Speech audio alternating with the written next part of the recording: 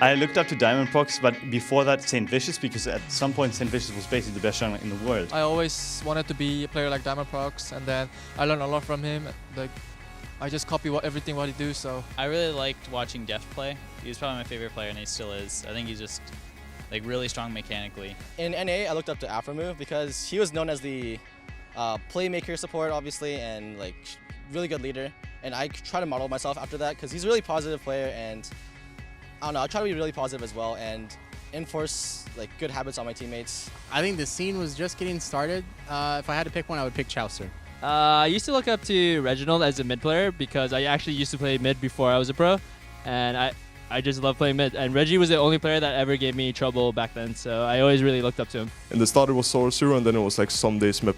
Alexich back then when it was Gambit at Worlds and such, and Moscow 5 was like dominating. That's the team I was looking up to mostly. Before Najin, Sword, Gung. I usually scrim with him, and he was really good.